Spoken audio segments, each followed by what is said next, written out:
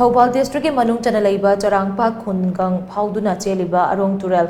खोंगनुंग तौबगी थबक मरी लेनबा सिंगना थुबदा लोइसिनबियो तुरेल तौबगी थबक असे local MLA ना महाकी लोकल एरिया डेवलपमेंट फंड कायबे यानबनी हाइना मियोय खरना पाउचे अमदि टीवी चैनल सिंगदा फोंदोरखिबा दो युमफम याउदबा अरानबा वाफमनि हाइना यानिंगदबा फोंदोक्तुना ngasi चरांगपाट लक्ष्मी बाजारदा मियामगी मिफम पांगतोक्तुना वाकत खोंजंग चंगसिनख्रे मियामगी मिफम अमसुंग वाकत खोंजंग अदुदा चरांगपाट ममांग लेकाय मयाई लेकाय मनिंग लेकाय गी मैराबाई बिलुप सिंग अमदि चरांगपाट लेरिबा क्लब ऑर्गेनाइजेशन सिंग पीडीसी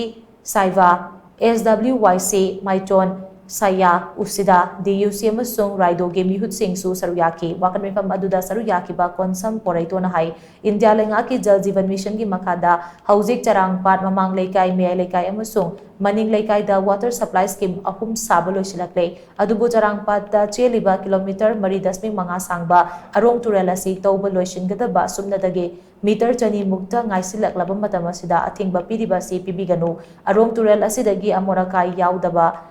अफब इसिंग फंगबा हाइबसी चरांगपाट मियाम की अपामनी चरांगपाट खक्त नतना नेप्रा कंपनी अथोपम खांगबोक चिंबा खुलसिंगी मियोय लिसिंग हुंपुरोम नसु इसिंग असि सिजिनरिबनी हाइना मांगना मखा ताना फोंदोखी वाकत खोंजंग अदुदा सरु याखिबे चरांगपाट मियाय लेकाय मेरा पाइबीगे लुचिंबी मुतुम मनितोंबीना हाई मतम खरगी ममांगदगी तौबा हौखिबा अरोंग तुरेल असि अथुबदा तौबा लोइसिनबियु हाइदुना चरांगपाट की मियामना गसिगी वाकत मिफम असि फंबने कुमजा लिसिंग अमगा चमापन हुंपुगी मैपदा लेरमलिबा चरांगपाट हाई स्कूल गे खा थंगबा परिंगदा तुरेल असि तौबियु हाइदुना लोकल एमएलए दा हाइजरुबदा एमएलए ना लोकल एरिया डेवलपमेंट फंड अमसुंग वाटर रिसोर्सेस डिपार्टमेंट की इंजीनियर सिंग लोइनना तुरेल असि तौबा हौखिबने अफबा थंगनबा इसिंग फंगदबगी अवाबा असि असुकी मतिक मायोगनरे मरम अदुना इसिंग की अवाबा असि कोकनबा तौबा हौखिबा तुरेल असि मरी लेनबा अथॉरिटी अमसुंग डिपार्टमेंट ना अथुबा मतमदा तौबा लोइसिनबियु हाइना मांगना मखा ताकी